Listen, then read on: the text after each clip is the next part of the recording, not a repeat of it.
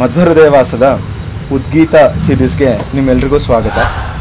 ಇವತ್ತು ನಮ್ಮ ಜೊತೆ ಕೃಷ್ಣಾಚಾರ್ ಕುತ್ಪಾಡಿ ಅವರು ಅತಿಥಿಯಾಗಿದ್ದಾರೆ. ಇವರು ಪೂರ್ಣಪ್ರಜ್ಞಾ ವಿದ್ಯಾಪೀಠಕ್ಕೆ 2000 ಇಸ್ವಿಯಲ್ಲಿ ಸೇರಿದ್ದು 2008ನೇ ಇಸ್ವಿಯಲ್ಲಿ ಮೈಸೂರಿನಲ್ಲಿ ಸುಧಾಮಂಗಳವನ್ನು ನೆರವೇರಿಸಿದ್ದಾರೆ. ಎಲ್ಲ ಮಾಧ್ಯಮಗಳಲ್ಲಿ ಯೂಟ್ಯೂಬ್ ಆಗಿರಲಿ, ಇನ್ಸ್ಟಾಗ್ರಾಮಲ್ಲಿ ಇವರ ಬೋಧನೆ ಸುಮಾರು ನಮಗೆ ರೀಚ್ ಆಗ್ತಾನೇ ಇರುತ್ತೆ. ಇವರು ನಮ್ಮ ಫಸ್ಟ್ ಅತಿಥಿಯಾಗಿ ನಮ್ಮ ಉದ್ಗೀತ ಸೀರೀಸ್ಗೆ ಸೇರ್ತಿರೋದು ನಮಗೆ ತುಂಬ ಖುಷಿ ಆಗ್ತಿದೆ. ಈಗ ನಮ್ಮ ಪರಂಪರೆಯಲ್ಲಿ ಬಂದ ಮಹಾ ತಪಸ್ವಿಗಳು ಅಂತೆ ಶ್ರೀ ವಾದಿರಾಜರು ಅವರು ಎಷ್ಟೊಂದು ಸ್ತೋತ್ರ ಆಗಿರಲಿ, ಹಾಡುಗಳಾಗಿ ರಚನೆ ಮಾಡಿದ್ದಾರೆ. ನಮ್ಗೆ ಇಲ್ಲಿವರೆಗೂ ಲೇಮ್ಯಾನ್ ಟರ್ಮ್ಸಲ್ಲಿ ಅರ್ಥ ಆಗುತ್ತೆ ಅಂತಲ್ಲ, ಆ ರೀತಿ ನಮಗೆ ಅರ್ಥ ಆಗುವಂತಹ ಕೀರ್ತನೆಗಳು ಮಾಡಿದ್ದಾರೆ. ವಾದಿರಾಜರ ಬಗ್ಗೆ ನಾವು ತಿಳಿಯಲೇಬೇಕಾದಂತಹ ವಿಚಾರಗಳು ಏನಾದರೂ ಇದ್ದರೆ ಅದನ್ನು ಹೇಳೋದಾದರೆ, ಒಂಥರ ಕ್ರಾಂತಿಕಾರಿ ಸ್ವಾಮಿಗಳು. ನಿಜವಾಗಿಯೂ ಆ ಕಾಲದ ಪರಿಸ್ಥಿತಿಗಳನ್ನೆಲ್ಲ ನೋಡಿದರೆ ಇಷ್ಟು ವೈರುಧ್ಯಗಳನ್ನು ಎದುರಿಸಿಯೂ ತಮ್ಮ ಸಾಧನೆಯಲ್ಲಿ ಯಾವತ್ತೂ ಕೂಡ ಹಿಂದೆ ಬೀಳಿಲ್ಲ. ಅಂದರೆ ಒಂದು ಹೋರಾಟದ ಕೆಚ್ಚು ಅಂತ ಹೇಳ್ತೇವಲ್ಲ, ಆ ಕಾಲದಲ್ಲಿ ಆಗ ಜೈನರ ಮತ್ತು ಈಗ ನಾವು ಯಾವುದೆಲ್ಲ ಅನುಭವಿಸ್ತಾ ಇದ್ದವು ಅಂಥ ಎಲ್ಲ ಥರದ ಆಕ್ರಮಣಗಳಿದ್ದವು. ಅಂದರೆ ಅದು ಅವರವರ ವ್ಯವಸ್ಥೆಯೊಳಗೆ ನಡಿಬೇಕು ಅಂತಂದಾಗ, ಅದು ಉಳಿಬೇಕು ಅಂತಂದಾಗ ಅದಕ್ಕೆ ವಿರೋಧ ಬಂದೇ ಬರುತ್ತೆ. ಅಂಥ ಸ್ಥಿತಿಯಲ್ಲೂ ಕೂಡ ಅವರು ಆ ಪದ್ಯವನ್ನು ಕೊಲ್ಲುಬೇಕ ಕಳ್ಳರ ಶ್ರೀಮಧ್ವನಲ್ಲ ವಲ್ಲಭ, ಕೊಲ್ಲದಿದ್ದರೆ ಬಿಡಲವರು ಕಲಿಯುಗದ ಕಳ್ಳರು ಅಂತ ದೈವಕ್ಕೆ ವಿರೋಧ ಎಸಗುವಂತಹ ಆ ಕಾಲದ ಅನೇಕ ಮಂದಿಯನ್ನು ಅವರು ಎದುರಿಸಿಯೂ ತಮ್ಮ ಜೀವನದುದ್ದಕ್ಕೂ ಸಾಧನೆಯನ್ನೇ ಮಾಡಿದರು. ಮುಖ್ಯವಾಗಿ ಅವರನ್ನು ನಾವು ನೆನಪಿಸ್ಕೊಳ್ಬಹುದಾದದ್ದು ಅಂತಂದರೆ ಒಂದು ಸಂಕೀರ್ತನೆ ಅಂತ ಕೇಳ್ತೇವೆ ನಾವು. ಈ ದೀಪಾವಳಿಯ ಸಂದರ್ಭದಲ್ಲಿ ತುಳಸಿಯ ಸುತ್ತ ಒಂದು ನೃತ್ಯ ಸೇವೆಯನ್ನು ಮಾಡುವುದಿದೆ, ಅಥವಾ ಏಕಾದಶಿ ದಿವಸ ಹರಿವಾಣ ಸೇವೆ ಅಂತ ಮಾಡುವುದನ್ನು ನಾವು ನೋಡ್ತೇವೆ.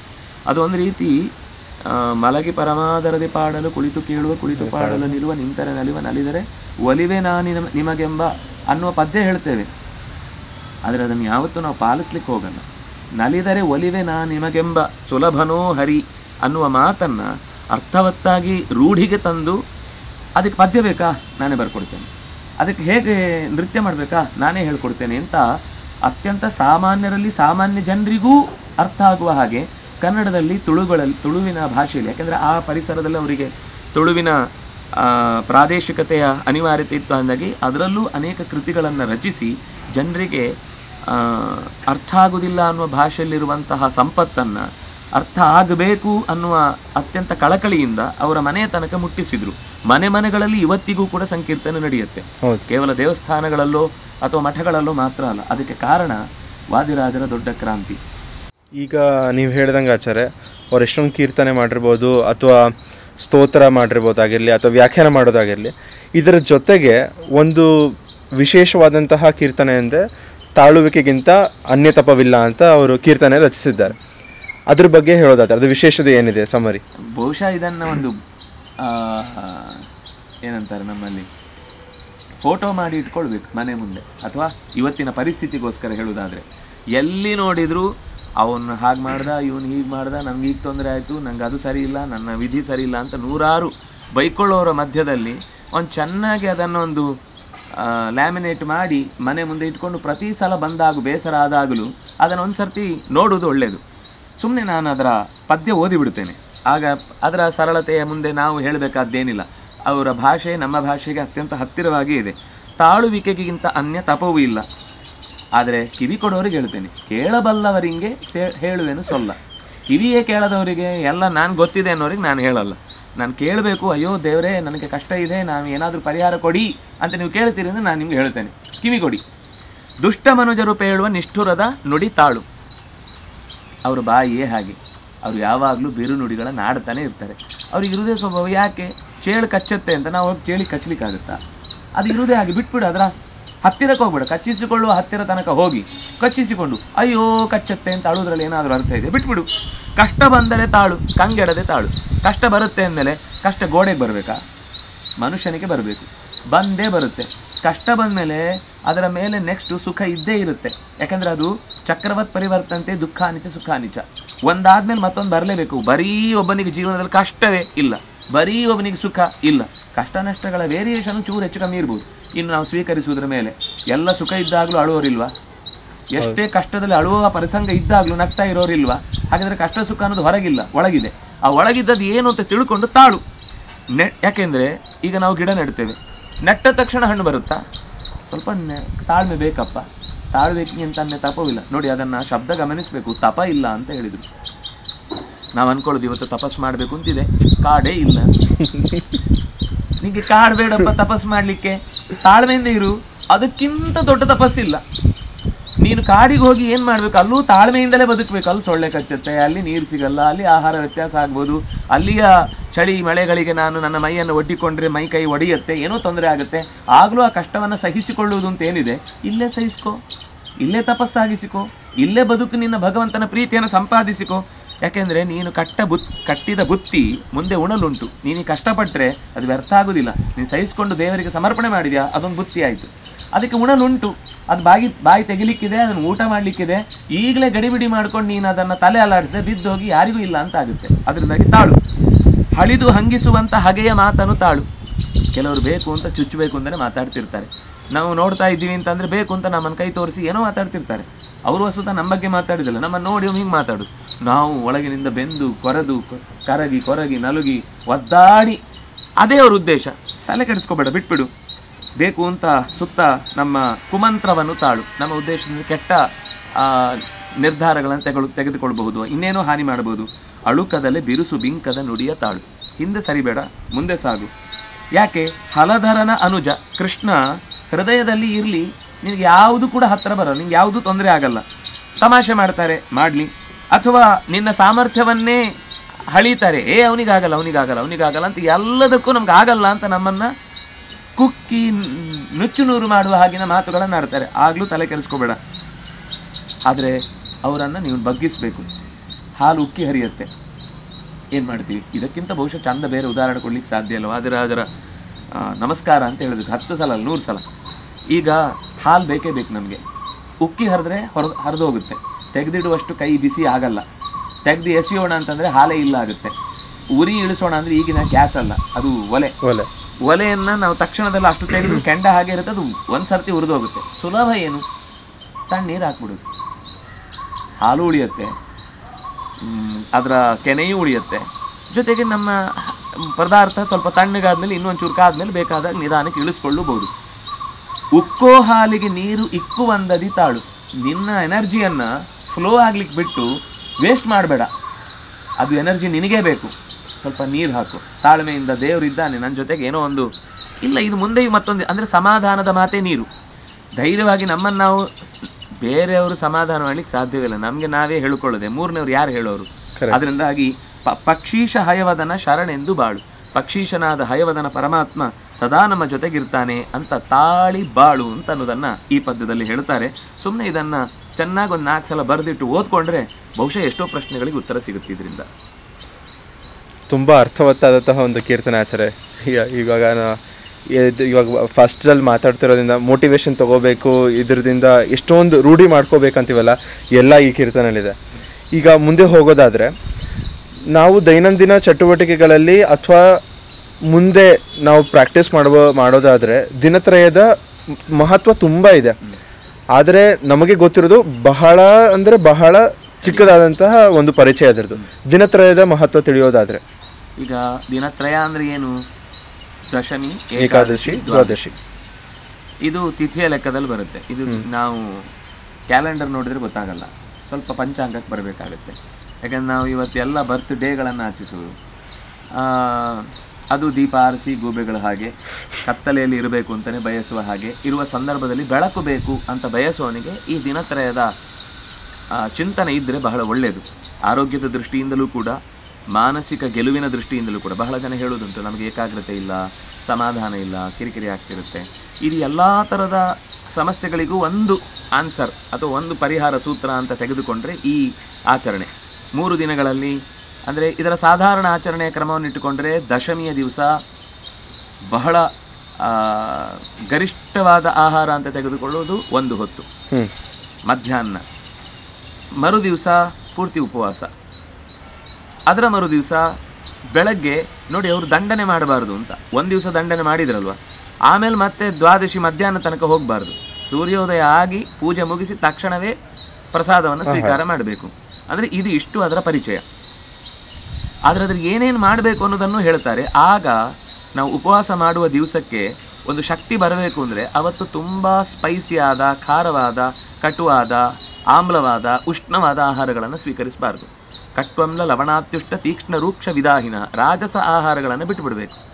ಯಾವುದನ್ನು ತಗೊಳ್ಬೇಕು? ರಸ್ಯಾಹ ಸ್ನಿಗ್ಧಾಹ ಸ್ಥಿರಾಹ ಹೃದಯಾಹ ಆಹಾರಾಹ ಸಾತ್ವಿಕ ಪ್ರಿಯಾಹ. ಕೃಷ್ಣ ಗೀತೆಯಲ್ಲಿ 17ನೇ ಅಧ್ಯಾಯದಲ್ಲಿ ಹೇಳಿದ ಮಾತಿದು. ಇದನ್ನು ಸ್ವೀಕರಿಸಿದರೆ ಮರುದಿವಸ ಉಪವಾಸ ಕಷ್ಟ ಆಗೋದಿಲ್ಲ. ನಮಗೆ ಕಷ್ಟ ಯಾಕಾಗುತ್ತೆ ಅಂದರೆ ನಾವು ಅದರ ಹಿಂದಿನ ದಿವಸ ಇರಬೇಕಾದ ರೀತಿಯನ್ನು ಪಾಲಿಸ್ತಾ ಇಲ್ಲ.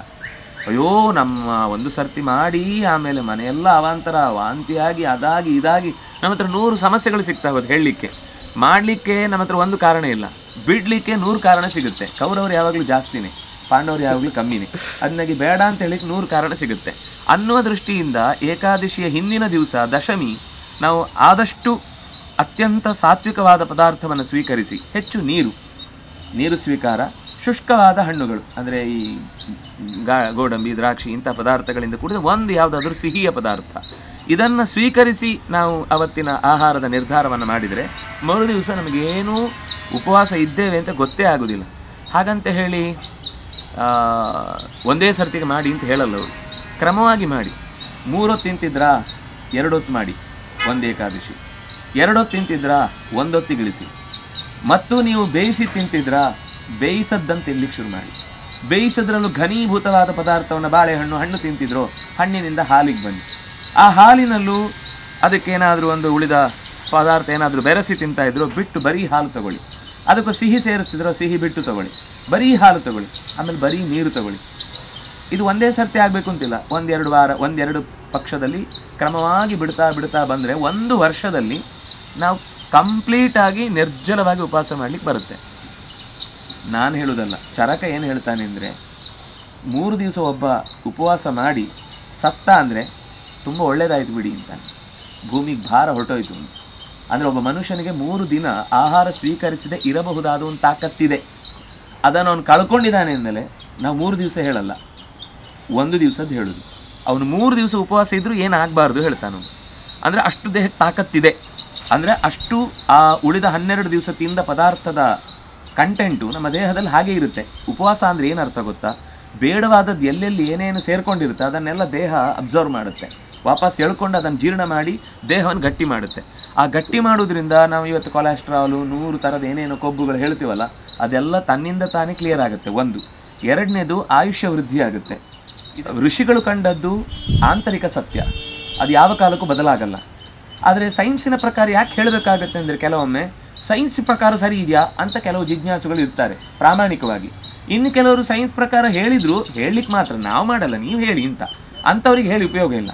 ಆದರೆ ಯಾರಿಗೆ ನಿಜವಾಗಿಯೂ ಕೂಡ ಅದರ ಬಗ್ಗೆ ತಿಳಿದು ಒಂದಿಷ್ಟು ಬದಲಾಗಬೇಕು ಅಂತ ಅಪೇಕ್ಷೆ ಇದ್ದವರಿಗೋಸ್ಕರ ನಾವು ಅದನ್ನು ಜೋಡಿಸ್ಕೊಳ್ಬೇಕು. ಆದರೆ ಒಂದು ನೆನಪಿರಬೇಕು, ಅದು ಯಾವುದೋ ಒಂದು ಕಡೆಗೆ ಸಿಕ್ಕಿಸಿಟ್ಟ ಕೊಂಡಿ, ಅದು ಯಾವಾಗ ಬಿದೋಗುತ್ತೆ ಗೊತ್ತಿಲ್ಲ. ಆ ಸೈನ್ಸು ನಾಳೆ ಮತ್ತೊಂದಾಗುತ್ತೆ, ಅದರ ಮತ್ತೊಂದಾಗುತ್ತೆ. ಆದರೆ ಋಷಿಗಳ ಮಾತು ಯಾವತ್ತು ಬದಲಾಗುವಂಥದ್ದಲ್ಲ. ಅದೇ ಸನಾತನ ಧರ್ಮ.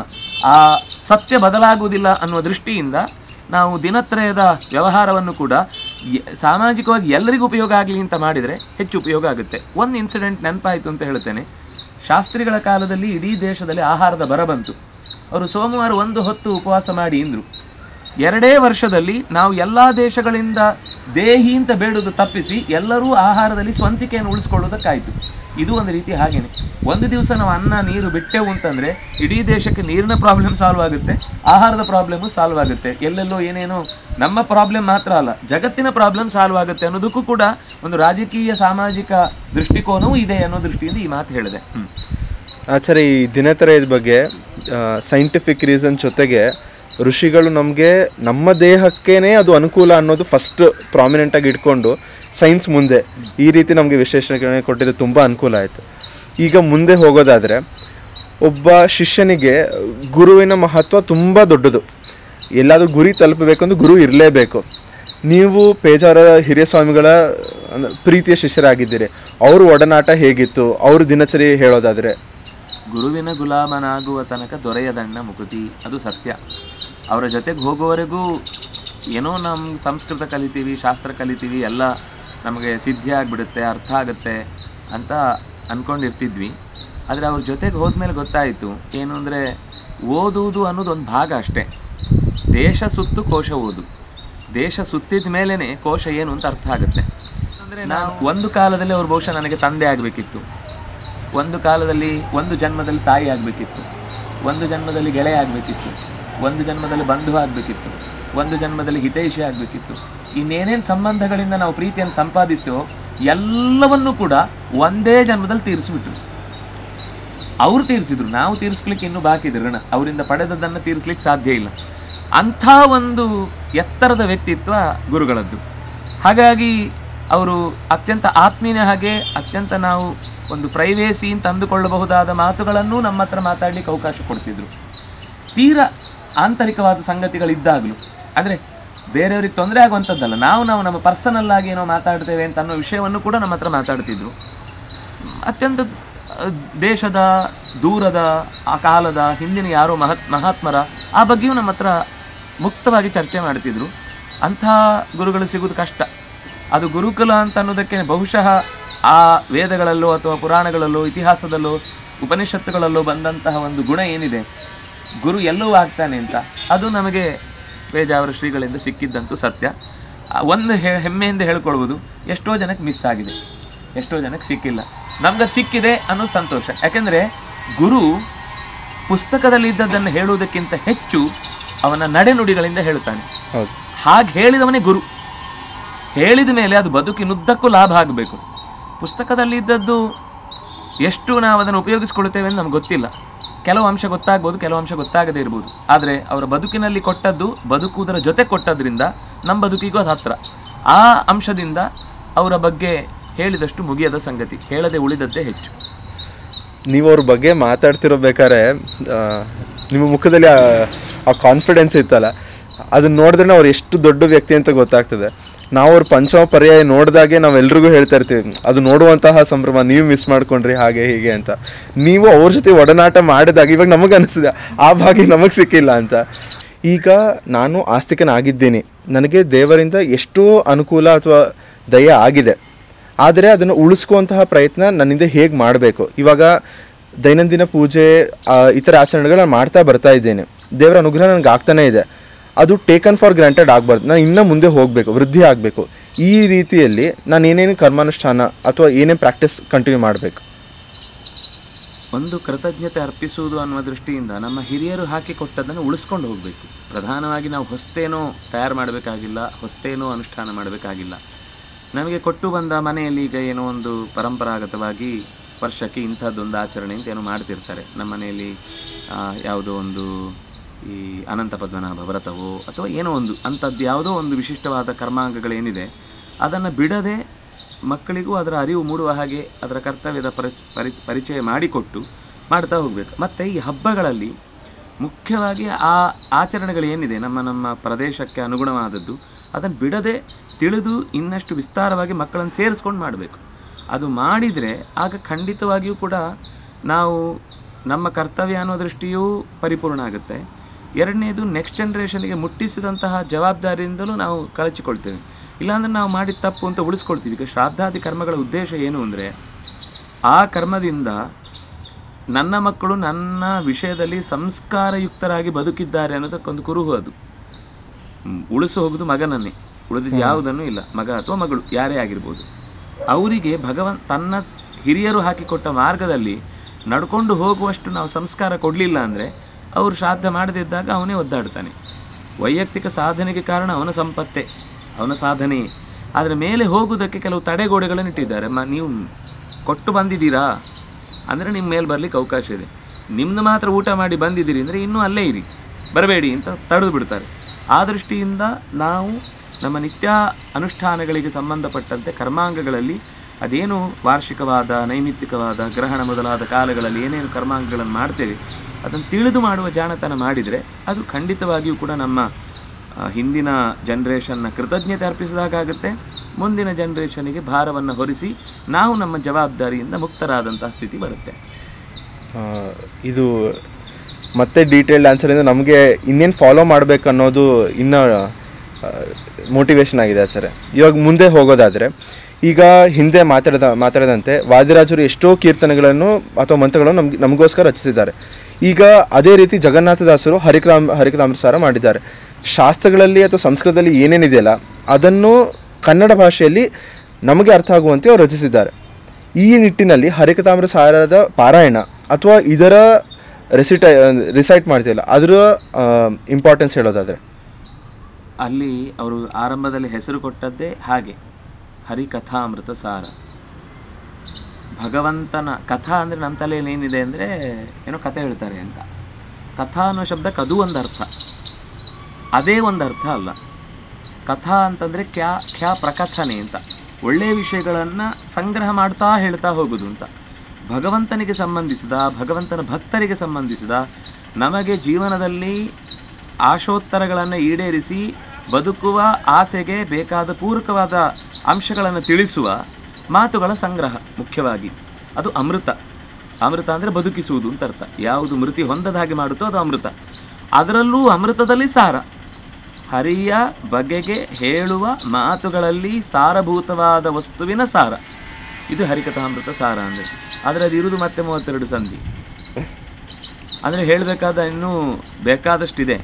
ಹರಿಕಥಾಮೃತ ಸಾರ ನಮಗೆ ಎಷ್ಟು ತಿಳ್ಕೊಂಡ್ರೆ ಕಮ್ಮಿ ಆಗೋದಿಲ್ವೋ ಅದನ್ನು ಹೇಳುತ್ತೆ. ತಿಳ್ಕೊಂಡು ಮುಗೀತು ಅಂತ ಅರ್ಥ ಅಲ್ಲ.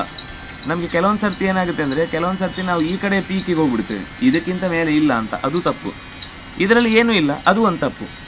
ಅದು ಏನು ಹೇಳಲಿಕ್ಕೆ ಕೊಟ್ಟಿದೆ ಅಂದರೆ, ನಾವು ತಿಳಿಯಲೇಬೇಕಾದ ಸಂಗತಿಯಲ್ಲಿ ನಿನಗೆ ಕನಿಷ್ಠ ಈ ಮಟ್ಟಕ್ಕೆ ಮುಟ್ಟಬೇಕಾ, ಅದಕ್ಕೆ ಇದನ್ನು ಓದು. ಆದರೆ ಜಗನ್ನಾಥದಾಸರು ಪೂರ್ವದಲ್ಲಿ ದೊಡ್ಡ ಸಂಸ್ಕೃತ ವಿದ್ವಾಂಸರು. ಬೇರೆ ಭಾಷೆಗಳೆಲ್ಲ ಏನು ಹೇಳೋದು ಅನ್ನೋ ಥರ ಅವರಿಗೊಂದು ತಿರಸ್ಕಾರ ಭಾವ ಇದ್ದದ್ದು. ಕೊನೆಗೆ ಅವರು ವಾಪಸ್ಸು ಇಲ್ಲ, ಭಗವಂತನ ಬಗ್ಗೆ ಯಾವ ಭಾಷೆಯಲ್ಲಿ ಹೇಳಿದರೂ ಅದು ಭಗವಂತನ ಬಗ್ಗೇ ಆಗಿರುತ್ತೆ ಹೊರತು ಆ ಭಾಷೆಯಿಂದ ಏನದು ಕೆಡುವುದಿಲ್ಲ. ನಾವು ಹಾಗೆ ಅಂದ್ಕೊಳ್ತೇವೆ. ಒಂದು ಅಂಶ ಏನು ಅಂದರೆ, ಸಂಸ್ಕೃತ ಮತ್ತು ಉಳಿದ ಭಾಷೆಗಳಲ್ಲಿರುವಂತಹ ಒಂದು ವ್ಯತ್ಯಾಸ ಏನು ಅಂದರೆ, ಸಂಸ್ಕೃತದಲ್ಲಿ ನಾವು ಏನು ಹೇಳ್ತೇವೋ ಅಷ್ಟನ್ನು ಉಳಿದ ಭಾಷೆಗಳಲ್ಲಿ ಕಮ್ಯುನಿಕೇಟ್ ಮಾಡೋದು ಸ್ವಲ್ಪ ಕಷ್ಟ ಆಗುತ್ತೆ. ಅನುಭವಕ್ಕೆ ಬಂದರೆ ಕಮ್ಯುನಿಕೇಟ್ ಕಷ್ಟ ಆಗೋದಿಲ್ಲ, ಅನುಭವಕ್ಕೆ ಬರೋ ಮುಂಚೆ ಸ್ವಲ್ಪ ಕಮ್ಯುನಿಕೇಟ್ ಮಾಡೋದು ಕಷ್ಟ ಆಗುತ್ತೆ. ಆದರೆ ಸಂಸ್ಕೃತದಲ್ಲಿ ಆ ಭಾಷೆಯಲ್ಲಿ ಪ್ರತಿ ಶಬ್ದಕ್ಕೂ ಅದರದ್ದೇ ಆದ ಒಂದು ಎಟಮಾಲಜಿ ಇದೆ. ಅದರಿಂದಾಗಿ ನಿಮಗೆ ಸಂಸ್ಕೃತ ಚೆನ್ನಾಗಿ ಬಂದು ನೀವು ಹರಿಕಥಾಮೃತ ಸಾರ ಓದಿದರೆ ನೀವು ಪಡುವ ಆನಂದವೇ ಬೇರೆ. ಸಂಸ್ಕೃತ ಸ್ವಲ್ಪ ಗೊತ್ತಿದೆ, ಕನ್ನಡ ಗೊತ್ತಿದ್ದಷ್ಟೇ ಗೊತ್ತಿರೋದು ಅಂತ ಆದಾಗ ನಿಮ್ಗೊಂದು ಆನಂದ ಬೇರೆ. ನಿಮ್ಮ ಸಂಸ್ಕೃತವೇ ಗೊತ್ತಿಲ್ಲ ಅಂದಾಗ ಅದೇನೋ ಒಂದು ನಮ್ಗೆ ಅರ್ಥ ಆಗದಿರೋ ಭಾಷೆ ಅಂತ ಅನಿಸ್ಬಿಡುತ್ತೆ ಎಷ್ಟೋ ಕಡೆಗಳಲ್ಲಿ. ಅದರಿಂದಾಗಿ ಆ ಭಾಷೆಯನ್ನು ನಾವು ಅಭ್ಯಾಸ ಮಾಡಲಿಕ್ಕೆ ಸ್ವಲ್ಪ ಪ್ರಾದೇಶಿಕವಾಗಿ ಕನ್ನಡವನ್ನು ಚೆನ್ನಾಗಿ, ಇವತ್ತು ಕನ್ನಡ ಕಲಿಬೇಕು ಅಂತ ಹೇಳಬೇಕಾದ ಪ್ರಸಂಗ ಕಷ್ಟ ಆಗುತ್ತೆ. ಹಾಗಿರುವಾಗ ನಾನು ಹೇಳೋದು ಯಾವಾಗಲೂ ಕೂಡ, ನಮ್ಮ ಪ್ರಾದೇಶಿಕತೆಯನ್ನು ಕಳ್ಕೊಂಡ್ರೆ ನಾವು ಅಧ್ಯಾತ್ಮದಿಂದ ದೂರ ಆಗ್ತೇವೆ. ಯಾಕೆಂದರೆ ನಮ್ಮ ಅಧ್ಯಾತ್ಮದ ಎಲ್ಲ ಸಂಗತಿಗಳು ಸಿಗುವುದು ವೈಯಕ್ತಿಕವಾದ ಅನುಭವದಿಂದ. ವೈಯಕ್ತಿಕವಾದ ಅನುಭವ ಹುಟ್ಟುವುದು ಅವರ ಭಾಷೆಯಲ್ಲಿ. ಅವರು ಯಾವತ್ತು ಇಂಗ್ಲೀಷ್ನಲ್ಲಿ ದಾಸ ಸಾಹಿತ್ಯ ಮಾಡಿಲ್ಲ ಯಾರು. ಯಾಕಂದರೆ ಅವರಿಗೆ ಅದರಲ್ಲಿ ಭಾವನೆಯೇ ಹುಟ್ಟಲ್ಲ. ಯಾಕಂದರೆ ಅಲ್ಲಿಯ ಸಂಸ್ಕೃತಿಯೇ ಬೇರೆ, ಇಲ್ಲಿಯ ಸಂಸ್ಕೃತಿಯೇ ಬೇರೆ. ಹಾಗಾಗಿ ನಮ್ಮ ದೇಶದ ಸಂಸ್ಕೃತಿಯ ದೃಷ್ಟಿಯಿಂದಲೂ ಕೂಡ ಮತ್ತು ನಮ್ಮ ನೈಮಿತ್ತಿಕ ನಿತ್ಯ ಬದುಕಿಗೆ ಬೇಕಾದಂತಹ ಪ್ರಮೇಯಗಳನ್ನು ಅರ್ಥ ಮಾಡಿಕೊಳ್ಳುವ ದೃಷ್ಟಿಯಿಂದಲೂ ಕೂಡ ಹರಿಕಥಾಮೃತ ಸಾರ ಅಂತ ಅನ್ನೋದು ಎಲ್ಲ ರೀತಿಯ ವಿಷಯಗಳನ್ನು ಟಚ್ ಮಾಡುತ್ತೆ. ಅದು ಈ ವಿಷಯ ಬಿಟ್ಟಿದೆ ಅಂತಿಲ್ಲ. ಅಂದರೆ ಆ ವಿಷಯದಲ್ಲಿ ನಾವು ಏನೂ ತಿಳ್ಕೊಂಡಿಲ್ಲ ಅಂತ ಆಗದಂತೆ ಮಾಡಲಿಕ್ಕೆ ಬೇಕಾದಷ್ಟು ವಿವರವನ್ನು ತನ್ನ ಹೊಟ್ಟೆಯಲ್ಲಿ ಹೊತ್ತುಕೊಂಡಿದೆ. ಹೆರುವಂತೆ ಮಾಡಬೇಕಾದ ಮಕ್ಕಳು ನಾವು. ಅದು ಹೆತ್ತರೆ ಸಿಗುವುದು ತಾಯ್ತನದ ಆನಂದ.